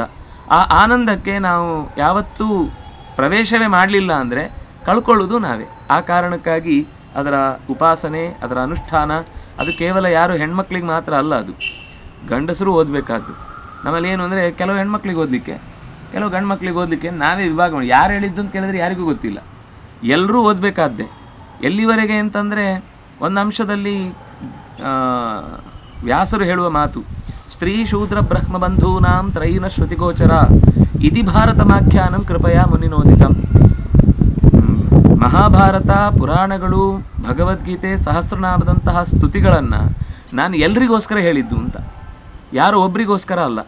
ಯಾರಿಗೆ ಅದರ ಉಚ್ಚಾರಣೆಯಲ್ಲಿ ಲೋಪದೋಷ ಆಗ್ಬೋದು, ಅದರ ಅರ್ಥಾನುಸಂಧಾನ ಮಾಡಲಿಕ್ಕೆ, ಸಾಂಗೋಪವೇದಗಳನ್ನು ಅಧ್ಯಯನ ಮಾಡಲಿಕ್ಕೆ ಸಮಯ ಇಲ್ಲದೆ ಇರ್ಬೋದು, ಅಥವಾ ಅದರ ಉಚ್ಚಾರಣೆಯ ದೋಷದಿಂದಾಗಿ ಮತ್ತಷ್ಟು ಅನರ್ಥ ಆಗ್ಬೋದು, ಅವರಿಗೆ ನಿಮಗಿದು ಕೊಟ್ಟಿದ್ದೇನೆ, ಮಿಸ್ ಆದ್ರಿ ಅಂತ ಅಂದ್ಕೊಳ್ಬೇಡಿ. ಅಲ್ಲಿ ಏನು ಹೇಳಿದಾರೋ ಅದಕ್ಕಿಂತ ಹೆಚ್ಚಿನದನ್ನು ಇಲ್ಲಿ ತುಂಬಿಸಿದ್ದೇನೆ. ಹಾಗಾಗಿ ಇದು ಎಲ್ಲರೂ ನನ್ನ ಹತ್ರ ಕೇಳೋದುಂಟು, ನಾವು ಹೇಳ್ಬೋದಾ ನಿಮ್ಗೆ ನಾಳೆ ಇದೆಯಾ ಹೇಳಿ, ಈ ಪ್ರಶ್ನೆ ಹೇಗಿದೆ ಅಂದರೆ ನಾನು ಉಸಿರಾಡ್ಬೋದಾ ಅಂತ ಕೇಳ್ದಂಗೆ. ಮೂಗಿದ್ರೆ ಉಸಿರಾಡ್ರಪ್ಪ, ಕಟ್ಟಿದೆ ಅಂದರೆ ಬಾಯಲ್ಲಿ ಸ್ವಲ್ಪ ಹೊತ್ತು ತಗೊಳ್ಳಿ. ಹಾಗೆ ಬಿಟ್ಟರೆ ಗೀತೆ ವಿಷ್ಣು ಸಹಸ್ರನಾಮ ಮಧ್ವಾಚಾರ್ಯರು ಬಾಯಿ ಬಿಟ್ಟು ಹೇಳಿದ ಮಾತು ಜ್ಞೇಯಂ ಪಾಠ್ಯಂಚ ತದ್ವಯಂ. ಬದುಕಿದ್ದಾನೇನೋ ವ್ಯಕ್ತಿ ಬಿಡದೆ ಉಪಾಸನೆ ಮಾಡಬೇಕಾದದ್ದು ಎರಡು, ಗೀತೆ ಮತ್ತು ವಿಷ್ಣು ಸಹಸ್ರನಾಮ. ಹಾಗಾಗಿ ಉಳಿದದ್ದು ಎಲ್ಲರೂ ಎಲ್ಲವನ್ನು ಯಾವಾಗ ಬೇಕಾದರೂ ಹೊಸತನ್ನು ತಿಳ್ಕೊಳ್ಬೇಕು, ಚೆನ್ನಾಗಿ ತಿಳ್ಕೊಳ್ಬೇಕು, ಅವರ ಅನುಭವದ ಜೊತೆಗೆ ನಾವು ಕೂಡ ಪಾಲುದಾರರಾಗಬೇಕು ಅಂತ ಭಾವಿಸುವವರಿಗೆ ಎಲ್ಲವೂ ಅಧ್ಯಯನ ಮಾಡಬೇಕಾದ್ದೇ. ಒಬ್ಬೊಬ್ಬರಿಗೆ ಒಂದೊಂದರಲ್ಲಿ ಪ್ರಿಯಾರಿಟಿ ಇರುತ್ತೆ, ಅದನ್ನು ಅವರವರು ಅನುಸಂಧಾನ ಮಾಡ್ತಾರಷ್ಟೇ. ಎಲ್ಲರಿಗೂ ಆಗುವ ಹಾಗೆ ಹೇಳಿದ್ದು ಗೀತೆ ವಿಷ್ಣು ಸಹಸ್ರನಾಮ, ಎಲ್ಲರಿಗೂ ಆಗುವ ಹಾಗೆ ಹೇಳಿದ್ದು ಹರಿಕಥಾಮೃತಸಾರ. ಇಂತಹ ಸರಳವಾದ ನಮ್ಮ ಹತ್ತಿರದ ಭಾಷೆಯಲ್ಲಿ ತಿಳಿಲಿಕ್ಕಾಗುವಂತೆ ಮಾಡಿಕೊಟ್ಟದ್ದನ್ನು ನಾವು ಕೊಪ್ಪರಿಗೆ ಹಿಡ್ಕೊಂಡು ಭಿಕ್ಷೆ ಬೇಡೋ ಸ್ಥಿತಿ ಇದು. ಅದು ಬಾರದೇ ಇರಲಿ ಅಂತ ಅವ್ರು ಕೊಟ್ಟದ್ದು. ಮತ್ತು ನಾವು ಭಿಕ್ಷೆ ಬೇಡ್ತೇವೆ ಅಂದರೆ ಯಾರು ಕಾಪಾಡಲಿಕ್ಕಾಗಲ್ಲ. ಈ ರೀತಿಯಿಂದ ಈ ಇಂಗ್ಲೀಷ್ ಅಥವಾ ಕನ್ನಡ ಸಾಂಗ್ಸಿಂದ ನಾವು ಎಷ್ಟೊಂದು ಟ್ರಾವೆಲಿಂಗ್ ಟೈಮಲ್ಲಿ ಕೇಳ್ತಾ ಇರ್ತೀವಿ. ಅದು ಬಿಟ್ಟು ಹರಿಕಥಾಮೃತ ಸಾರದಿಂದ ದೇವರು ನಮಗೆಷ್ಟು ಕರುಣೆ ಮಾಡಿದ್ದಾನೆ ಅಂತ ಜಗನ್ನಾಥದಾಸರು ನಮಗೆ ಹೇಳ್ತಿರ್ತಾರೆ. ಅದನ್ನು ನಾವು ಇಲ್ಲಿಂದ ಯಾವುದೋ ಊರಿಗೆ ಹೋಗ್ತಾ ಇರ್ತೀವಿ, ಕಾರಲ್ಲಿ ಇದು ಹಾಡು ಕೇಳ್ತಾ ಇರ್ತೀವಿ. ಆ ಜಾಗದಲ್ಲಿ ಇದು ಬಂದರೆ ಎರಡು ರೀತಿಯಿಂದನೂ ಬರುತ್ತೆ. ಈ ಕಡೆ ಪುಣ್ಯ ಸಾಧನೆಯೂ ಆಗುತ್ತೆ, ಈ ರೀತಿಯಿಂದ ದಾಸರು ಏನು ನಮಗೆ ಹೇಳ್ತಾ ಇದ್ದಾರೆ ಅನ್ನೋದು ನಮಗೆ ಅಳವಡಿಕೆ ಆಗುತ್ತೆ. ಆಚಾರ್ಯ, ಈಗ ಮುಂದಿನ ವಿಭಾಗ ಹೋಗೋದಾದರೆ ಕ್ಷೇತ್ರದ ಮಹೆ ತಿಳುವಂತಹ ಒಂದು ಪ್ರಯತ್ನ. ಉಡುಪಿ ಶ್ರೀ ಕ್ಷೇತ್ರದ ಬಗ್ಗೆ ಹೇಳೋದಾದರೆ ಉಡುಪಿ ಶ್ರೀ ಕೃಷ್ಣನ ಕ್ಷೇತ್ರ, ಅನಂತೇಶ್ವರನ ಕ್ಷೇತ್ರ, ಪಾಜಕ ಕ್ಷೇತ್ರ, ಚಂದ್ರಮೌಳೇಶ್ವರ ಇದ್ದಾನೆ. ಇವೆಲ್ಲದರ ಸಮೂಹ ಉಡುಪಿ ಕ್ಷೇತ್ರ. ಇದನ್ನು ನಾವು ಹೇಗೆ ನೋಡಬೇಕು? ಈ ಕೃಷ್ಣನ ಪ್ರತಿಷ್ಠೆಯನ್ನು ಮಾಡಿದ್ದರ ಬಗ್ಗೆ ಒಬ್ಬರು ಪಲಿಮಾರು ಮಠದ ಯತಿಗಳೊಬ್ಬರು ರುಗ್ಮಭೂಷಣ ಪಾಲಿಸೆನ್ನನು ತಿಗ್ಮ ಕಿರಣ ಶತಪ್ರಭಾ ಅಂತ ಒಂದು ಪದ್ಯದಲ್ಲಿ ಹೇಗೆ ಕೃಷ್ಣ ಬಂದ ಅನ್ನೋದನ್ನು ಹೇಳಿ, ದ್ವಾರಕೆಯಿಂದ ಕೃಷ್ಣ ಬಂದು ಅಲ್ಲೊಂದು ವಡಭಾಂಡೇಶ್ವರ ಅಂತ ಜಾಗ ಇದೆ. ಅದು ವಸ್ತುತಃ ಪಾಂಡೇಶ್ವರ ಅಂತ ಮೂರಿದೆ. ಒಂದು ಪಣಂಬೂರಿನ ಹತ್ರ ಇದೆ, ಇನ್ನೊಂದು ಉಡುಪಿಯಲ್ಲಿದೆ, ಇನ್ನೊಂದು ಕುಂದಾಪುರದಲ್ಲಿದೆ. ಪಾಂಡ ಅಂದರೆ ಈ ಹಡಗುಗಳು ಬಂದು ಅದೊಂದು ಜಾಗ ಅವರಿಗೆ ಉಳಿಲಿಕ್ಕೆ, ಅದು ಒಂಥರ ನಿಲ್ದಾಣದ ಥರ. ಅಲ್ಲಿ ಒಂದು ದೀಪ ಇರುತ್ತೆ, ಅದನ್ನು ನೋಡಿಕೊಂಡು ಅವರು ಅಲ್ಲಿ ಉಳ್ಕೊಂಡು ಅಲ್ಲಿ ಕ್ಷೇತ್ರ ಪೂಜೆಯನ್ನು ಮಾಡಿ ಮತ್ತೆ ಮುಂದೆ ಪ್ರಯಾಣ ಬೆಳೆಸ್ತಾ ಇರ್ತಾರೆ. ಅಂಥ ಜಾಗದಲ್ಲಿ ಒಂದು ಸರ್ತಿ ಒಂದು ಪಾಂಡ ಒಡೆದೋಯ್ತು. ಒಡೆದು ಹೋಗಿ ಅದು ನೀರಲ್ಲಿ ಮುಳುಗೋಯ್ತು. ಮುಳುಗು ಹೋಗಿದ್ದ ನಂತರದಲ್ಲಿ ಎಷ್ಟೋ ವರ್ಷಗಳ ನಂತರ ಆಚಾರ್ಯರು ಅಲ್ಲಿಗೆ ಬಂದಾಗ ಅವರಿಗೊಂದು ಸೂಚನೆ ಆಯಿತು, ನಾನು ಇಲ್ಲಿದ್ದೇನೆ, ಬಾ ಕರ್ಕೊಂಡು ಹೋಗು ಅಂತ. ದ್ವಾರಕೆಯಿಂದ ಬಂದಿದ್ದೇನಪ್ಪ ನಿಮ್ಮ ಹತ್ರ, ಕರ್ಕೊಂಡ್ಬಿಡು ನನ್ನನ್ನು ಅಂತ. ಸೀದಾ ಹೋದರು, ಶಿಷ್ಯರನ್ನು ಕರ್ಕೊಂಡು ಎಲ್ಲ ವಾದ್ಯ ಕುಣಿತ ಆ ಪ್ರತಿಮೆಯನ್ನು ಹೊತ್ಕೊಂಡು ಬಂದು ಅವ್ರು ಬರುವಾಗ ಹೊತ್ಕೊಂಡು ಬಂದಿದ್ದಾರೆ, ಹುಡುಗರೆಲ್ಲ ಹೊತ್ಕೊಂಡು ಬಂದಿದ್ದಾರೆ. ಆಚಾರ್ಯರು ಹಿಂದಿನ ಅಂದರೆ ಅದಕ್ಕೆ ಪ್ರತಿಷ್ಠೆ ಎಲ್ಲ ಆಗಲಿಕ್ಕೋಸ್ಕರ ಜಲಾಧಿವಾಸ ಮಾಡಿ ಮರುದಿವಸ ಕಟ್ಟುಮಸ್ತಾದ 30 ಹುಡುಗರು ಎತ್ತಲಿಕ್ಕೆ ಹೋದರೆ ಅಲ್ಲಾಡಿಸ್ಲಿಕ್ಕೆ ಆಗಲಿಲ್ಲ. ಆಚಾರ್ಯರು ಅದಕ್ಕೆ ಪ್ರತಿಷ್ಠೆಯಲ್ಲಿ ಭಗವಂತನ ಸನ್ನಿಧಾನವನ್ನು ತುಂಬಿದ್ರು. ಇದು ಎಲ್ಲಿಂದ ಬಂತು ಅಂತ ಒಂದು ಪ್ರಶ್ನೆ. ಅದೇ ಪದ್ಯದಲ್ಲಿ ಪೂರ್ವದಲ್ಲಿ ಹೇಳ್ತಾರೆ, ದೇವಕಿಗೆ ಕೃಷ್ಣನ ಬಾಲ್ಯ ನೋಡಿಯೇ ಗೊತ್ತಿರಲಿಲ್ಲ. ಅವಳು ಒಂದು ಸರ್ತಿ ಕೃಷ್ಣನನ್ನು ಕೇಳಿಕೊಳ್ತಾಳೆ, ನನಗೆ ನಿನ್ನ ಬಾಲ್ಯವನ್ನು ನೋಡ್ಬೇಕು, ಯಾಕಂದ್ರೆ ನಾನು ಹೆತ್ತದ್ದೇ ನಿನ್ನ ಮಗು ಅನ್ನುವ ಸಂತೋಷವನ್ನು ಅನುಭವಿಸಲಿಕ್ಕೆ. ಹೌದಾ, ಆಯಿತು, ಅದಕ್ಕೇನು ಕಷ್ಟ ಅಂತ ಹೇಳಿ ತಾನೇ ಒಂದು ರೂಪದಲ್ಲಿ ನಿಂತು ಮಾತಾಡ್ತಾ ಇದ್ದಾನೆ, ಇನ್ನೊಂದು ರೂಪದಿಂದ ಪುಟ್ಟ ಹುಡುಗನಾಗಿ ಒಂದು ಕೌಪಿನ ಹಾಕೊಂಡು ಕೈಯಲ್ಲಿ ದಂಡವನ್ನು ಹಿಡ್ಕೊಂಡು, ಅಂದರೆ ಕಡಗೋಲು, ಅದನ್ನು ಹಿಡ್ಕೊಂಡು ಓಡಾಡ್ತಾ ಇದ್ದಾನೆ. ತಾಯಿಗೆ ತುಂಬ ಸಂತೋಷ ಆಗಿ ಅದೇ ಹೊತ್ತಿಗೆ ಅವನ ಮಡದಿ ರುಕ್ಮಿಣಿ ಬಾಗಿಲೆಡೆಯಿಂದ ನೋಡ್ತಾಳೆ. ಕೃಷ್ಣ ಪುಟ್ಟದಾಗಿ ಓಡಾಡ್ತಾ ಇರುವ ಸ್ಥಿತಿಯನ್ನು ನೋಡಿ ಅವಳು ಭಾಳ ಸಂತೋಷ ಆಗುತ್ತೆ. ಅವಳು ನೋಡಿಲ್ಲ, ಸಂತೋಷಪಟ್ಟ ಆದಮೇಲೆ ಕೃಷ್ಣ ವಾಪಸ್ ಬರ್ತಾನೆ. ಬರುವಾಗ ರುಕ್ಮಿಣಿ ಕೇಳ್ತಾಳೆ, ನನಗೆ ನಿನ್ನ ಬಾಲ್ಯದ ರೂಪದ ಉಪಾಸನೆಗೆ ಒಂದು ಪ್ರತಿಮೆ ಬೇಕು, ನನಗೆ ನೀನು ಏನಲ್ಲಿ ತೋರಿಸಿದಿ ಅದೇ ರೀತಿ ನನಗೆ ಉಪಾಸನೆಗೆ ಒಂದು ಮೂರ್ತಿ ಬೇಕು ಅಂತ. ತಕ್ಷಣವೇ ಭಗವಂತ ವಿಶ್ವಕರ್ಮನನ್ನು ಸ್ಮರಿಸಿ ಪ್ರತಿಮೆಯನ್ನು ಮಾಡಿಕೊಡ್ತಾರೆ. ಕೃಷ್ಣನ ಕೈ ಕೊಡ್ತಾನವನು. ಅದೇ ಇವತ್ತು ನಾವು ನೋಡುವಂತಹ ರೀತಿಯ ಕಡಗೋಲು ಹಿಡಿದ, ನೇಣು ಹಿಡಿದ, 3 ಶಿಖೆಗಳಿಂದ ಕೂಡಿದ ಅತ್ಯಂತ ಸುಂದರವಾದ ನಗೆಮೊಗ, ಮಂದಹಾಸ ಮೃದು ಸುಂದರಾನನಂ ಅಂತ ಕೃಷ್ಣನನ್ನು ನಾರಾಯಣ ಪಂಡಿತರು ಸ್ತೋತ್ರ ಮಾಡುವುದು ಮಧ್ವ ವಿಜಯದಲ್ಲಿ. ಹಾಗೆ ನಗುಮೊಗದ ಕೃಷ್ಣ. ರುಕ್ಮಿಣಿಗೆ ತುಂಬ ಸಂತೋಷ ಆಗುತ್ತೆ. ಅವಳದನ್ನು ಪೂಜಿಸ್ತಾಳೆ. ಪೂಜಿಸಿ ಎಷ್ಟೋ ದಿವಸಗಳಾಗಿ ಆ ಮುಳುಗುವ ಕಾಲಕ್ಕೆ, ಆ ದ್ವಾರಕ್ಕೆ ಕೃಷ್ಣ ಮುಳುಗಿದ 7 ದಿನಗಳಲ್ಲಿ ಮುಳುಗುತ್ತೆ ಅಂತ ಆದಮೇಲೆ ಅಲ್ಲಿ ಮುಳುಗಿ ಹೋಯ್ತದು. ಆದರೆ ಅದೇ ಪ್ರದೇಶದಲ್ಲಿರುವಂತಹ ವ್ಯಾಪಾರಿಗಳು ಅಲ್ಲಿ ಗೋಪಿತಲ್ ಅಂತ ಒಂದು ಜಾಗ ಇದೆ. ಆ ಜಾಗದ ಪರಿಸರ ತುಂಬ ದೊಡ್ಡದು. ಅಲ್ಲಿಂದ ಈ ಮಣ್ಣನ್ನು, ಗೋಪಿ ಮಣ್ಣನ್ನು ತೊಗೊಂಬರ್ತಾರೆ. ಅಂದರೆ ಎಲ್ಲರೂ ಚಂದನವನ್ನು ಧಾರಣೆ ಮಾಡೋದು. ಅದರ ತಾತ್ಪರ್ಯ ಏನು ಅಂದರೆ, ಕೃಷ್ಣನ ಪಾದದ ಧೂಳಿಯನ್ನು ನಾನು ಹಣೆಯಲ್ಲಿ ಹೊತ್ತು ಅವನ ದಾಸ ಅಂತ ಹೇಳ್ಕೊಳ್ಳುತ್ತೇನೆ ಅಂತನ್ನುವ ಹೆಮ್ಮೆ ಅದು. ಅದು ವೈದಿಕ ಧರ್ಮಕ್ಕಿರುವಂಥದ್ದು ಮುದ್ರೆ. ಅದು ಯಾವುದೋ ಒಂದು ವರ್ಗಕ್ಕೆ ಸಂಬಂಧಪಟ್ಟದ್ದಲ್ಲ. ಎಲ್ಲರೂ ಕೂಡ ಉಪನಯನ ಆಗುವಾಗ ಮೊದಲು ವೇದಾಧಿಕಾರ ಸಿದ್ಧಾರ್ಥಂ ಅಂತ ಮೊದಲು ಗೋಪಿಚಂದ್ರನ ಹಾಕಿದ ಮೇಲೆ ಅವರ ಧರ್ಮದ ಉಳಿದ ಅಡ್ಡದ್ದು ಉದ್ದದ್ದು ಅಗಲದ್ದು ಎಲ್ಲ ಹಾಕೊಳ್ಳೋದು. ಅಂದರೆ ಮೊದಲು ಅದು ಯಾರೋ ಒಂದು ವರ್ಗದವರದ್ದಲ್ಲ, ಅದು ಇಸ್ಕಾನವರದ್ದು ಅಲ್ಲ, ಮಾಧ್ವರದ್ದು ಅಲ್ಲ. ಅದು ವೇದಾಧಿಕಾರ ಸಿದ್ಧಾರ್ಥಂ ಅಥವಾ ವೇದದ ಪರಂಪರೆಯಲ್ಲಿ ಬಂದಂತಹ ಚಿಂತನೆಯನ್ನು ಒಪ್ಪಿಕೊಳ್ಳುವವನು ಅನ್ನುವ ಅರ್ಥಕ್ಕೆ ಭಗವಂತ, ಇನ್ನೂ ಸರಿಯಾಗಿ ಹೇಳಿದ್ರೆ ಕೃಷ್ಣನ ಭಕ್ತರಿಗೆ ಸಂಬಂಧಪಟ್ಟ ಮುದ್ರೆ. ಅದು ಊರ್ಧ್ವದ ದಾರಿಯಲ್ಲಿ ಭಗವಂತನ ಪಾದಧೂಳಿಯನ್ನು ಹಾಕ್ಕೊಳ್ಳೋದು. ಅದು ಮಾರಿಕೊಂಡು ಬರುವಂತಹ ಗುಜರಾತಿಯ ಮಂದಿ ಒಂದಿಷ್ಟು ಜನ ಅಲ್ಲಿ ಕಳ್ಕೊಂಡದ್ದನ್ನು ಆಚಾರ್ಯರು ಹೊತ್ತುಕೊಂಡು ಬಂದರು. ಕೃಷ್ಣನನ್ನು ಪ್ರತಿಷ್ಠೆ ಮಾಡಿದ್ರೆ ಅಲ್ಲೊಂದು ಮಾತಿದೆ, ಸಿದ್ಧಿ ವಿಘ್ನ ಮುಖ ದೋಷ ಭೇಷಜಂ ಅಂತ. ಜೀವನದಲ್ಲಿ ಎಂಥ ಥರದ ಕಷ್ಟ ಬಂದಾಗಲೂ ಕೂಡ ಕಲಿಯುಗದಲ್ಲಿ ಪರಿಹಾರ ನೀಡಬಹುದಾದ ಅತ್ಯಂತ ಉತ್ತಮವಾದ ಸನ್ನಿಧಾನ ಅಂತ ಒಂದಿದ್ದರೆ ಅದು ಕೃಷ್ಣ ಅಂತ. ಅದರಲ್ಲೂ ಆ ರೂಪ, ಬಾಲರೂಪ ಅನ್ನೋದು ಬಹುಶಃ ಬೇರೆ ಎಲ್ಲೂ ನಮಗೆ ನೋಡ್ಲಿಕ್ಕೆ ಸಿಗಲ್ಲ. ಸಿಕ್ಕಿದ್ರೆ ಅದು ಈಗ ರಾಮಲಲ್ಲ ಅಂತ ಹೇಳೋದು ಕೂಡ ಅದು ಆಮೇಲೆ ಬಂದದ್ದು. ವಸ್ತುತಃ ರಾಮನ ಎಲ್ಲೇ ಚಿತ್ರ ನೋಡಿದ್ರು ನಮಗೆ ಸಿಗುವುದು ಕೌಟುಂಬಿಕ ರಾಮ, ಲಕ್ಷ್ಮಣ, ಸೀತಾ, ಹನುಮಂತ, ಆ ಕಡೆ ಈ ಕಡೆ ಬೇಕಿದ್ರೆ ಇನ್ನಿದ್ರೆ ಭರತ ಲಕ್ಷ್ಮಣರು, ಶತ್ರುಘ್ನರು. ಹೀಗೆ ಇಂಥ ಸ್ಥಿತಿಯಲ್ಲಿರುವಂತಹ ರಾಮನನ್ನು ನೋಡ್ತೇ ಹೊರತು ಕೃಷ್ಣನಿಗೆ ಬಾಲರೂಪದ ಚಿಂತನೆ ಒಂದೇ ಒಂದು ಕಡೆ ಕಾಣುವುದು ನಮಗೆ ಉಡುಪಿಯ ಕೃಷ್ಣನಲ್ಲಿ. ಯೋಚನೆ ಮಾಡಬೇಕಾದ್ದೇನು ಅಂದರೆ, ಸ್ವತಃ ಕೃಷ್ಣನಿಂದ ಸ್ಪೃಷ್ಟವಾದದ್ದು, ರುಕ್ಮಿಣಿಯು ಮುಟ್ಟಿದ್ದು ಪೂಜೆ ಮಾಡಿದ್ದು, ಆಮೇಲೆ ಆಚಾರ್ಯರಿಂದ ಪ್ರತಿಷ್ಠೆಗೊಂಡದ್ದು, ಅಂದರೆ ಜಗದೇಕ ವಂದ್ಯನಾದಂತಹ ಜಗದ್ಗುರು ಎನಿಸಿದಂತಹ ಪ್ರಾಣನಿಂದ ಪ್ರತಿಷ್ಠಿತವಾದದ್ದು. ಪ್ರಾಣನಿಂದ ಪ್ರಾಣ ಪ್ರತಿಷ್ಠೆ, ಎಷ್ಟು ಶಕ್ತಿ ಇರುತ್ತೆ. ಅದನ್ನೇ ತೋರಿಸಿದ್ದಲ್ಲಿ 30 ಜನ ಹುಡುಗರು ಅದನ್ನು ಎತ್ತಲಿಕ್ಕೆ ಹೋದರೂ ಆಗಲಿಲ್ಲ ಅಂತ. ಅಂತಹ ತುಲನೆ, ತೂಕ ಅದಕ್ಕಷ್ಟಿತ್ತು ಅಂತ. ಅದಾದ ಮೇಲೆ ನಿರಂತರವಾಗಿ ಆಚಾರ್ಯರ ಸನ್ನಿಧಾನವನ್ನೇ ಹೊತ್ತ ಅವಿಚ್ಛಿನ್ನವಾದ 8 ಪರಂಪರೆಗಳಿಂದ ಪೂಜೆಗೊಂಡಂತಹ ಪ್ರತಿಮೆ ಅದು. ಹಾಗಾದರೆ ಅದರಲ್ಲಿ ಏನು ಶಕ್ತಿ, ಸ್ಥಾನ, ಭಾರ ಇರಬಹುದು ಅಂತ ಯೋಚನೆ ಮಾಡೋಣ. ಅದರಿಂದಾಗಿ ಕಲಿಯುಗದಲ್ಲಿ ಫಲಿಸುವ ಮಂತ್ರಗಳು ಅಂತ ಆಚಾರ್ಯರು ಅನೇಕ ಮಂತ್ರಗಳನ್ನು ಕೊಟ್ಟದರಲ್ಲಿ ಒಂದು ಪ್ರಧಾನವಾದ ಮಂತ್ರ ಕೃಷ್ಣ ಷಡಕ್ಷರ ಅಂತ. 6 ಅಕ್ಷರದ ಮಂತ್ರ. ಷಡಕ್ಷರ ಅಂದರೆ 6 ಅಕ್ಷರ ಅಂತ. 6 ಅಕ್ಷರದ ಮಂತ್ರದಿಂದ ಉಪಾಸ್ಯನಾದ ಕೃಷ್ಣನ ರೂಪವನ್ನು ನಾವು ಇವತ್ತಿಗೂ ಕೂಡ ಏನೇ ಕಷ್ಟ ಆದರೂ ಅಲ್ಲಿ ಹೇಳಿಕೊಂಡ್ರೆ ಅದು ಪರಿಹಾರ ಆಗುತ್ತೆ. ಅಲ್ಲಿ ಇನ್ನೂ ವಾದಿರಾಜರು ಮಾಡಿದ ದೊಡ್ಡ ಕೆಲಸ ಏನು ಅಂತಂದರೆ, ಆ ಕಡೆಯಿಂದ ಪ್ರಾಣನನ್ನು, ಈ ಕಡೆಯಿಂದ ಗರುಡನನ್ನು ಇರಿಸಿದ್ದು. ಅಯೋಧ್ಯೆಗೂ ಒಂದು ಕೃಷ್ಣನಿಗೂ ಸಂಬಂಧ ಇದೆ. ಅಯೋಧ್ಯೆಯಲ್ಲಿ ಆ ಪ್ರತಿಮೆಗಳನ್ನು ಕೆತ್ತಿದ್ದನ್ನು ವಾದಿರಾಜರು ತರಿಸಿ ಇಲ್ಲಿ ಪ್ರತಿಷ್ಠೆ ಮಾಡಿಸಿದ್ದು. ಈಗ ನಾವು ಕೃಷ್ಣನ ಮುಂಭಾಗದಲ್ಲಿ 2 ಎಡಭಾಗದಲ್ಲಿ ಬಲಭಾಗದಲ್ಲಿ ನೋಡ್ತೇವಲ್ಲ, ಪ್ರಾಣ ಮತ್ತೆ ಗರುಡ, ಅದು ಎರಡೂ ಕೂಡ ವಾದಿರಾಜರ ಕಾಲದಲ್ಲಿ ಪ್ರತಿಷ್ಠೆಗೊಂಡದ್ದು. ಅಷ್ಟಕ್ಕೆ ಬಿಡಲಿಲ್ಲ ಅವರು. ಇನ್ನೂ ಒಳಗೆ ಪ್ರವೇಶ ಮಾಡುವಾಗ ಬಲಭಾಗದಲ್ಲಿ ಒಂದು ಆಚಾರ್ಯ ಮಧ್ವರ ಪ್ರತಿಮೆ ಇದೆ.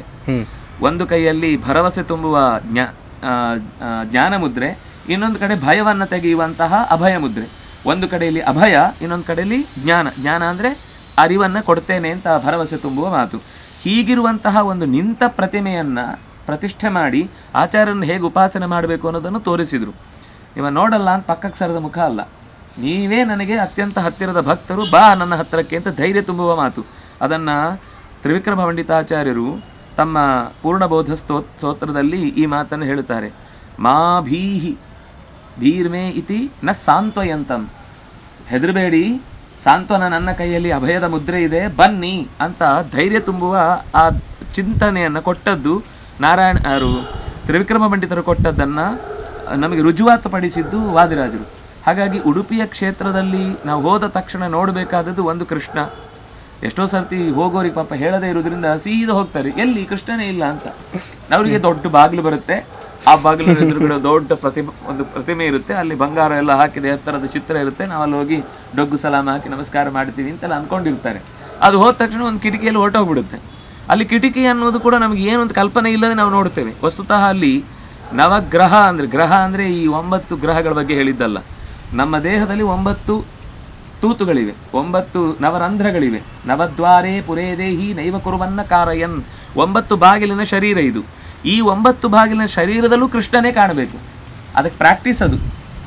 ಕಣ್ಣು, ಮೂಗು, ಕಿವಿ, ಬಾಯಿ ಎಲ್ಲ ಇಂದ್ರಿಯಗಳು ಕೂಡ ಅವನನ್ನೇ ಕಾಣಬೇಕು ಅನ್ನುವ ದೃಷ್ಟಿಯಿಂದ 9 ಕಿಂಡಿಗಳ ಮೂಲಕ, ಅದಕ್ಕೆ ನವಗ್ರಹ ಕಿಂಡಿ ಅದು, ಆ ಕಿಂಡಿಗಳ ಮೂಲಕ ಇದೆಲ್ಲ ಕಿಂಡಿಗಳು, ಈ ಕಿಂಡಿಯಿಂದ ಅವನನ್ನು ಕಾಣಬೇಕು ಅನ್ನುವ ದೃಷ್ಟಿಯಿಂದ ಹಾಗೆ ಹೇಳ್ತಾರೆ. ಅಲ್ಲಿಂದ ಮುಂದೆ ಎಡಭಾಗಕ್ಕೆ ಬಂದು, ಅಂದರೆ ಕೃಷ್ಣನ ಒಳಕ್ಕೆ ಹೋಗುವ ಭಾಗದಿಂದ ಎಡಭಾಗಕ್ಕೆ ಬಂದರೆ ಅಲ್ಲಿ ಆಚಾರ್ಯರು ಕೂತ ಒಂದು ಸಿಂಹಾಸನದ ಜಾಗ ಇದೆ. ಅವರು ಅಲ್ಲೇ ಕೂತು ಪರ್ಯಾಯವನ್ನು ನಡೆಸಿದ್ದು ಅಂತ. ಇವತ್ತಿಗೂ ಕೂಡ ಪರ್ಯಾಯಕ್ಕೆ ಕೂಡಿಸುವುದು ಅಂತಂದಾಗ ನಂತರದ ಯತಿಗಳನ್ನು ಈಗ ಕೂತಿದ್ದ ಯತಿಗಳು ಕರೆತಂದು ಅದರ ಮೇಲೆ ಕೂಡಿಸ್ತಾರೆ. ಅಂದರೆ ಆಚಾರ್ಯ ಮಧ್ವರ ಸನ್ನಿಧಾನ ಇದ್ದವರು ಮಾತ್ರ ಅಲ್ಲಿ ಕೂಡ್ಲಿಕ್ಕಾಗೋದು. ನಾವು ನೀವೆಲ್ಲ ನಮಗೆ ಅಧಿಕಾರ ಇದೆ ಅಂದರೆ ಪ್ರೈಮ್ ಮಿನಿಸ್ಟ್ರು ಬಂದು ಕೂಡ್ಲಿಕ್ಕಾಗಲ್ಲ ಅಲ್ಲಿ. ಅದು ಏನು ಅಂದರೆ ನಿರಂತರವಾಗಿ ಮಧ್ವಾಚಾರ್ಯರ ಸನ್ನಿಧಾನ ಇರುವಂತಹ ವ್ಯಕ್ತಿಗಳು ಅಂತ ಲೆಕ್ಕ. ಅಲ್ಲಿಗೆ ಪೀಠ ಅಧಿಕಾರ ಬಂತು ಅಂದರೆ ಅವರೇ ಪೂಜೆ ಮಾಡಬೇಕು, ಬೇರೆ ಯಾರೂ ಕೂಡ ನಾವು ಪೂಜೆ ಮಾಡಲಿಕ್ಕಾಗಲ್ಲ. ನಮಗೆ ಎಷ್ಟೇ ವಿದ್ಯಾರ್ಹತೆ ಇರ್ಬೋದು, ಎಷ್ಟೇ ದೊಡ್ಡ ವಿದ್ವಾಂಸರಿರ್ಬೋದು, ಎಷ್ಟು ಬೇಕಾದರೂ ನಾವು ಅಪರೋಕ್ಷ ಜ್ಞಾನಿಗಳೇ ಆಗ್ಬೋದು, ಆದರೆ ಆ ಪೀಠದಲ್ಲಿ ಅಂತ ಬಂದವರಿಗೇ ಅದೊಂದು ರಿಚುವಲ್ ಹಾಗೆ ಬಂದು ಹೋಗುತ್ತೆ. ಅದನ್ನು ನೀವು ನಮಗೆ ಕೊಡಬಾರ್ದು, ಅವ್ರಿಗೆ ಕೊಡಬಾರ್ದು, ಇವ್ರಿಗೆ ಕೊಡಬಾರ್ದು ಅಂತ ಕೇಳಲಿಕ್ಕಿರುವುದಲ್ಲ. ಅದು ನಮ್ಮಲ್ಲೇ ಯಾರಿಗೂ ಸಿಗಲ್ಲ. ಅದು ಪ್ರೆಷಸ್ ಆದ ಒಂದು ವಿಶಿಷ್ಟವಾದ ಸ್ಥಾನದಲ್ಲಿ ಬಂದವರಿಗೇ ಸಿಗುವಂಥದ್ದು ಅನ್ನುವ ಹಿನ್ನೆಲೆಯಲ್ಲಿ ಕೃಷ್ಣನ ಚಿಂತನೆ ಆಯಿತು. ಹೊರಗೆ ಬಂದರೆ ಒಂದು ಭೋಜನ ಶಾಲೆಯ ಆಹಾರದ ನಿಯಂತ್ರಣ ಮಾಡುವಂಥ ಒಬ್ಬ ಭೋಜನ ಶಾಲೆಯ ಪ್ರಾಣದೇವನಿದ್ದಾನೆ. ಲಕ್ಷಾನು ಮಂದಿಗೆ ಊಟ ಕೊಟ್ಟವ. ಎಷ್ಟೋ ಇವತ್ತಿಗೂ ಪ್ರತಿದಿನ ಸುಮಾರು 33-34 ಸಾವಿರ ಮಕ್ಕಳು ಅಲ್ಲಿಂದ ಊಟವನ್ನು ಪಡ್ಕೊಂಡು ಅವರ ನಿತ್ಯದ ಆಹಾರದ ವ್ಯವಸ್ಥೆಯ ಜೊತೆಗೆ ಅಧ್ಯಯನ ಮಾಡ್ತಾ ಇದ್ದಾರೆ.